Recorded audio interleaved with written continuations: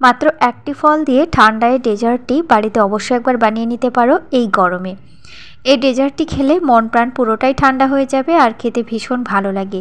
ডেজার্টটি তৈরি করতে মাত্র 3টে উপকরণ লেগেছে, একদম হাতে গোনা।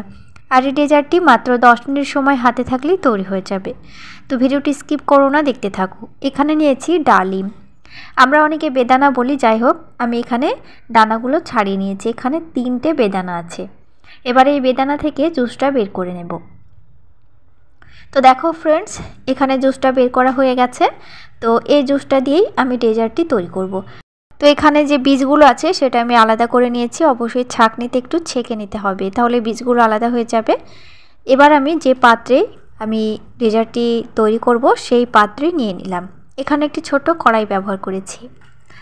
এবার এই কড়াইয়ের ভেতরে দিয়ে দেব স্বাদমতো চিনি। তো এখানে চিনি কাপের আধা কাপ দিচ্ছি। খুব বেশি মিষ্টি হলে খেতে অতটা ভালো লাগবে না, আর জুসের ভেতরে এমনিতেই মিষ্টি আছে। এবার দিচ্ছি এখানে 4 চামচের 1 চামচ মতো আগার আগার পাউডার। আর এই পর্যায়ে তোমরা আগার আগার পাউডারের পরিবর্তে কর্নফ্লাওয়ারটা ব্যবহার করতে পারো। আর এখানে আগার আগার পাউডারটা অপশনাল থাকলো, তবে এর বদলে কর্নফ্লাওয়ার ব্যবহার করা যাবে। খুব ভালো করে মিশিয়ে নিলাম। এবার গ্যাসের চুলাতে বসিয়ে দেব।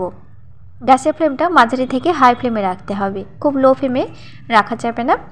মাঝারি থেকে হাই ফ্লেমে রেখে প্রায় 3 থেকে 4 বার বলক উঠিয়ে নেব। বেদানার এই ডেজার্টটি তৈরি করতে আর কোনো উপকরণ লাগবে না, হাতে গোনা 3টে উপকরণ এখানে আমি ব্যবহার করেছি।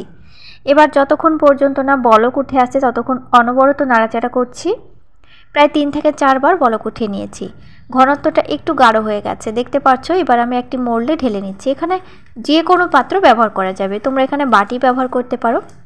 এটা নর্মাল আবহাওয়াতে জমে যাবে, প্রায় 5 থেকে 7 মিনিটের মধ্যে জমে যাবে। এটা ফ্রিজে রাখার কোনো দরকার নেই। ওপর থেকে আমি একটু তিল ছড়িয়ে দিলাম, সাদা তিল, এতে দেখতে বেশি ভালো লাগবে। তো এবার আমি এটাকে কেটে নেব। এটা প্রায় নর্মাল আবহাওয়াতে 9 মিনিট মতো আমি রেখেছি।